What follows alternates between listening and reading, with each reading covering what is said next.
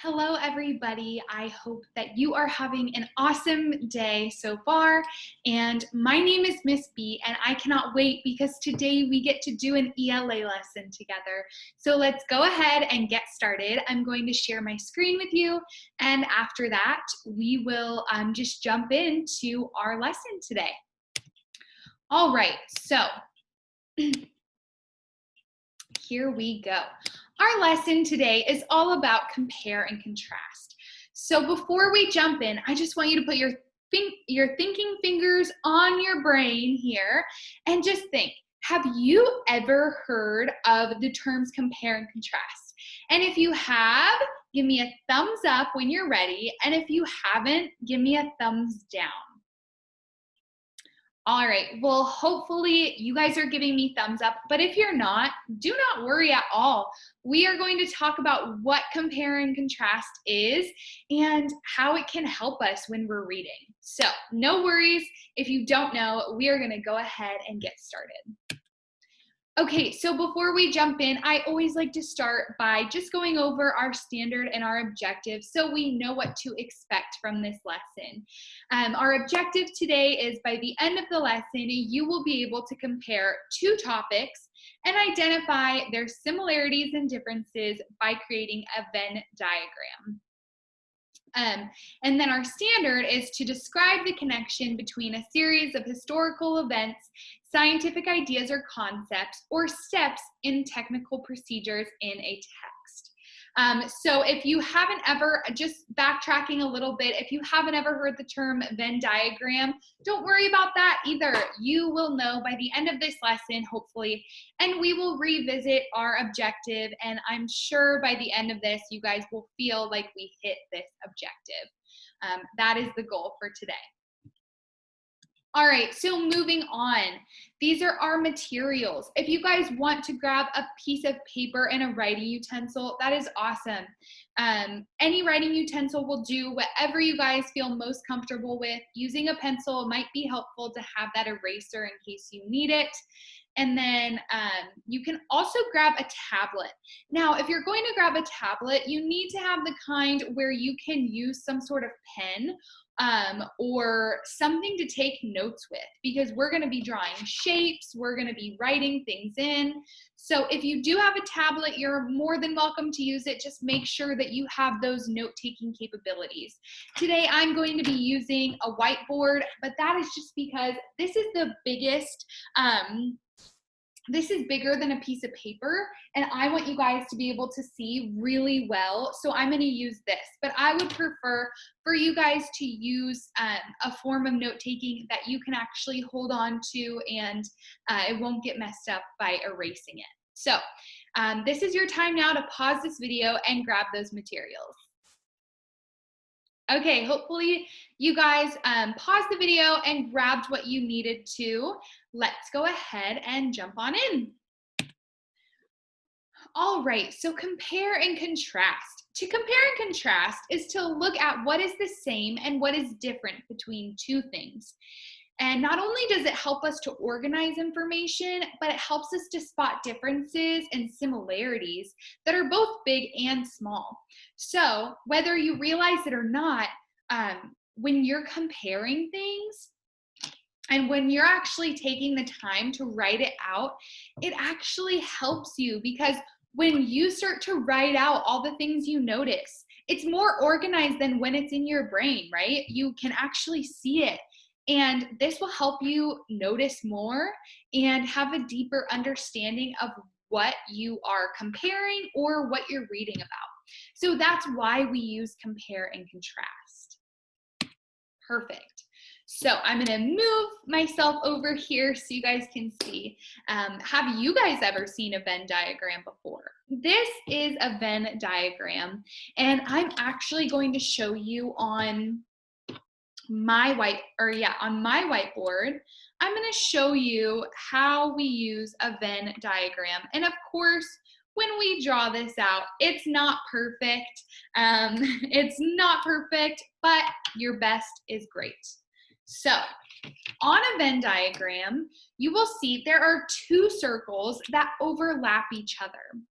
on one circle, you are going to talk about one topic. And then in the other circle, you'll talk about another topic. And then in the middle, you will talk about how these two topics are the same. So let me quickly stop sharing my screen with you guys so you can see what I mean by that. So when we do compare and contrast, which we will, you guys will see, you'll put one topic here. So maybe let's say it's like apples and oranges. You'll put apples here. You can say red or green. You can say like whitish on the inside. You can say they have a stem. And maybe oranges is over here. You can say it's orange, it's citrus. And then in the middle where they're the same, you can say they're both fruit, right? So it's different, different, and then the same. How are they similar or the same? So that's just how our Venn diagram is going to look, even when you do it about any topics, not just apples and oranges, but any topics. That is how we use a Venn diagram. And again, it's just so helpful to have it all written out, and it will help us as we try to find these similarities and differences. All right, so I'm going to share my screen with you guys again, but hopefully you've seen one of these before. And if you guys want to go ahead and on your notes, wherever you're taking notes, just draw these two circles. That would be awesome because we are going to complete a Venn diagram of our own today. So I'll tell you what topics we're going to put in and everything, but for now, just draw those two circles. All right. Okay, so as I said, we are going to put two topics in here, but we are actually going to do that we are going to read a text, and we're going to take two things from the text and compare them. So the text we are reading today is, let me just show you, whoops. It is, have you ever heard a whale sing? Have you ever heard a whale sing? And it is a text, obviously, about whales. So that is what we will be looking at today. All right, here we go. Okay, have you ever heard a whale sing? And the author is Divya Panikkar, and the illustrator is Deepti Sharma. Have you ever heard a whale sing? So before we get started in this book, I do want to say there are so many different things in this book that we could compare and contrast. So be thinking of things that you think that would be good to put in our Venn diagram. The beach can be a very noisy place. Whoosh, dush. The waves rise and crash. Woo, hoo. The wind howls. Ee, ee, ee. The gulls cry, like those seagulls right there. Now imagine that instead of being close to the ocean, you are under it. It isn't much quieter down here. Tuk, tuk, tuk, crackles the snapping shrimp. Hurrah, hurrah, hurrah, grunts the lemon fish. Turr, a boat passes by. Whoa, wee, whoa, rar. Whoa, wee, whoa, rah. What's that sound? I know I sound so silly making those sounds. All right. It's whales singing in the distance, strong, loud, and melodious. Whales sing short and long songs. Some last just a few minutes. Some songs can go on for half an hour. Whales can also sing the same song for hours on end. There are many kinds of whales. Blue whales, gray whales are named after colors. Humpback whales and bowhead whales are named after the shapes of their backs and heads. Ulmara's whales and Bride's whales are named after people. Each kind of whale has its own song. Just listen and you will be able to tell who's singing. Each species has different communities. They live in different parts of the ocean. Each community has its own songs. A blue whale in the Indian Ocean will sing a different song from his cousin in the Pacific, just like humans speak several languages based on where they are from. Humpback whales are excellent composers. They mix and match several notes together. When you listen carefully, you can tell that each humpback whale song is made up of patterns of many notes. Blue whales sing much simpler songs. Their songs consist of just a note or two, but they make up for it by being very loud. Blue whales can be heard over 1,000 kilometers away. Imagine a friend singing in Bengaluru and you being able to hear it in Mumbai. So these are places that where most likely you guys might not live there, but in India, and they're saying from country to country, you can hear these whales singing because it is so loud.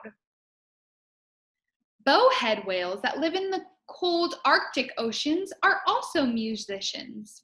All through winter, during days and nights of complete darkness, bowhead whales sing their songs under the frozen sea. Not just one song, but many different ones. Fin whale songs are so low-pitched that humans need help to listen to their songs. Scientists place specially built microphones and recorders under the ocean to hear them properly. Why do whales sing?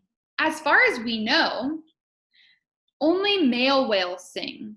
Scientists think that it is to impress female whales or to tell each other, look at what a powerful voice I have. This means I am bigger and stronger than you. As scientists learn more about whales and their songs, the biggest mystery still remains. What are they saying about each other? We may not understand what these songs are about, but we do know that they are beautiful to listen to. Such a cute picture there at the end. All right, so we have just read this full story about whales and how they sing, and it is just so beautiful. Hopefully during that time, you guys were kind of picking out different things in the story that you felt like would be awesome to compare and contrast, and that would be great to write in our Venn diagram. And I will tell you guys right now, there are really not a lot of wrong answers here. There are so many different things that we could compare and contrast using this Venn diagram from the story. So the very first one, for example, would just be in the very beginning, they talk about being near the sea, being near the ocean and how it sounds and what it's like. And then they talk about going under and what kind of animals are down there and what kind of sounds they're making. That would be two different things that would be great to compare and contrast. What is different about that? What's the same? Another thing that would be great to compare and contrast would be some of these different whales. To take, maybe a couple different kinds of the whales and just note, what's the same, what's different. That would also be really great, because with that, we are able to organize what is different for each different type of whale, and we can, once you write it out, it just helps you remember the information so much better. So that is something that is so helpful. And again, if you guys thought of anything else, there are really almost no wrong answers here, just because it is important, and a great way to just divide these up. So with that being said, I am going to go ahead and we are going to actually create this together. We're going to create a Venn diagram together. So now that we have done this together, now that we have read the book and we have pulled we have pulled together kind of what we want to do for our Venn diagram. I am going to share my screen with you guys once again so we can look at what is next. All right, I'm going to share my screen. Awesome. So we have let's read. We already read, so we are ready. We are going to build this Venn diagram. And again, these are what the circles should look like in your Venn diagram. Okay, so I think today something that would be just great to compare would be some of the whales. I know that they talked about more than 2 kinds of whales, but we can just pick 2 and go with that. So I think it would be fun to talk about the fin whale and let's see. So we're gonna, before we move on, let's write fin whale. Fin whale on one side. See? Fin whale, F-I-N, and then whale. Talk about the fin whale, and then let me see what else. I'm looking back at our book, and I will show you guys this information so you guys can look too. But we should do blue whales, I think. That would be great. Fin whales and blue whales. So I'm going to write on top of the other circle, blue whale. Awesome. Hopefully you guys can see that. And you have the same thing written down. So now that we have those kind of in different parts here, we are going to start by just writing out what they have different, what is special to each whale. So let's start with blue whales since we're already on this page. Let's read. It says, blue whales sing much simpler songs. Their songs consist of just 1 note or 2. So already I'm seeing we can write simple songs. I'm going to do bullet points in mine. So we know that blue whales have simple songs. Perfect. They have simple songs, and I'm going to say consist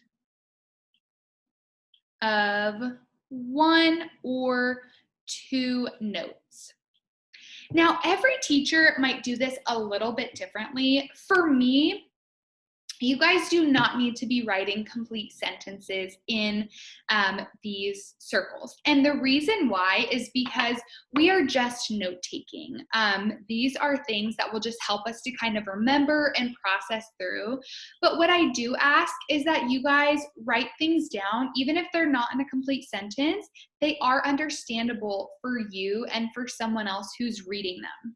So for example, right here, I wrote simple songs. Now, simple songs is not a complete sentence, but if you are reading simple songs, you know what that means. And here I wrote consists of 1 or 2 notes. Again, not a complete sentence, but you will know what I mean when I write that. All right, moving on. But they make up for it by being very loud. All right, I'm going to write that. I'm going to make another bullet point and say very loud. And I'm going to say, I'm going to make another bullet point, can be heard 1,000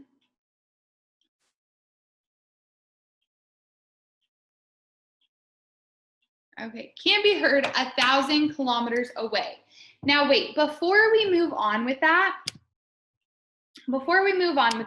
our book says kilometers, but we might not know what kilometers are because in America, we don't typically use kilometers. So if you're from another country or another continent, you might know what that is, and that might make sense to you, but let's actually erase 1,000 kilometers and let's put 620 miles, because that is what would make sense to us most likely. If you are watching from America, you would know what 620 miles means.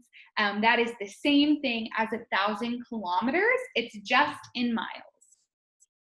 All right, so this is what we have for our blue whale so far. I feel good. I feel like we have a lot of information there. So I'm feeling ready to move on to our next circle, which is the fin whale. So I've got to scroll down to the page with the fin whale. Here it is. So the fin whale. It says, fin whale songs are so low-pitched that humans need help to listen to their songs. Scientists place specially built microphones in recorders under the ocean to hear them properly. So let's take our marker. I am going to write low-pitched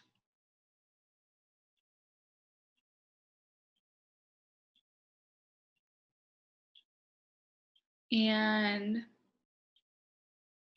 I'm going to write humans need help to hear from microphones. And again, this is kind of a long thing that I'm writing here, but I just want to make sure that my notes make sense to everyone. You don't want to write too much because you do not want to get confusing in there, but you also want to write enough to make sure that what you're saying is making sense. So I wrote low pitched, humans need help to hear from microphones. And we can even say special recorders in the ocean. So we're saying that scientists have built special recorders and microphones to hear them. We could even say to hear, if that helps. Perfect. So now we have all of this information and I'm feeling really good about it. So I am going to stop sharing with you guys for a second and just go over what we have. So let's look at our blue whale section. Our blue whale creates simple songs and consist of 1 or 2 notes. And our blue whale is very loud and can be heard from 620 miles away, which is so far. All right, now let's look at our fin whale column. Low pitched. And it says, humans need help to hear from microphones. Special recorders in the ocean just to hear it. So these are 2 very different things. These are big differences because our blue whale, they don't need special recorders. They don't need any help to hear these whales. They can hear them from miles and miles away. But our fin whales are so low pitched that we actually had to build special things so we could hear them. So these whales are very different. But let's think. What is the same about these whales? Take a second and just think of a couple things that are different about these whales. Maybe if you're sitting next to someone, tell them something that you think is the same. If you're not with anyone, just say it out loud and give me a thumbs up when you are ready to go. All right. So hopefully you guys have thought of some things. But I think the very first similarity that we can write in is that both of these animals are whales. They're whales. And I'm sorry, that's really small. I was trying to fit it in there. But but they are both whales. That is a similarity. Another similarity that I noticed between these two whales when I was looking at pictures is that they're both blue. And while blue whale is actually called blue whale, the other whale is not called a blue whale, but it is blue. So we can write blue. So I have whales and blue. All right, now another similarity. I think another similarity we could say is that they both sing songs. So even though their songs are not the same, they still both sing songs. All right, both sing songs. Perfect. Okay, hopefully you guys have all that written down and feel like you have a good Venn diagram that you are ready to work on and share. All right, here we go. I'm going to share my screen with you guys. Perfect. So we built this Venn diagram together.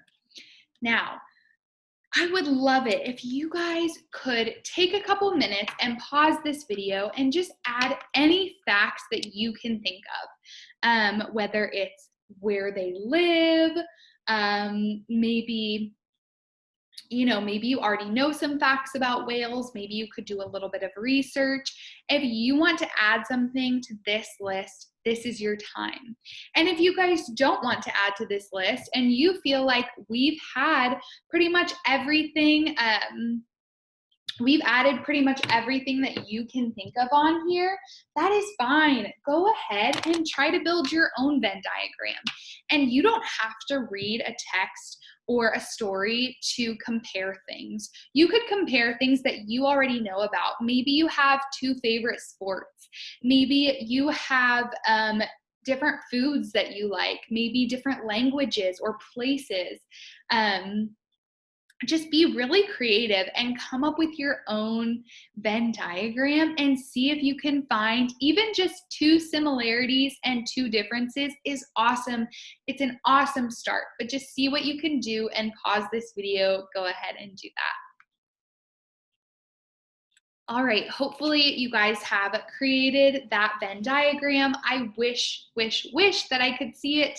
I am sure it is so awesome, but even though I can't see it, no worries. We are gonna keep on going and we made a pretty awesome one ourselves. So I am not too worried about that. All right, so this is just where we review our objective. Our objective was by the end of this lesson, you will be able to compare two topics and identify their similarities and differences by creating a Venn diagram.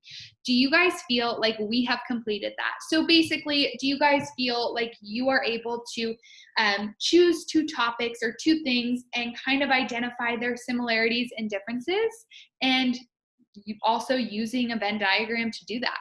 Hopefully you guys do. Give me a thumbs up if you do. Great. I sure feel like we do. I always feel like I learn every time I make a new Venn diagram. All right, that is it for me today, friends. I hope that you guys have an awesome rest of your day. Here is just a quick look at our Venn diagram again. Thank you for your participation, and I hope that you guys keep using this in your learning journey, and I know you will do awesome things. All right, bye-bye.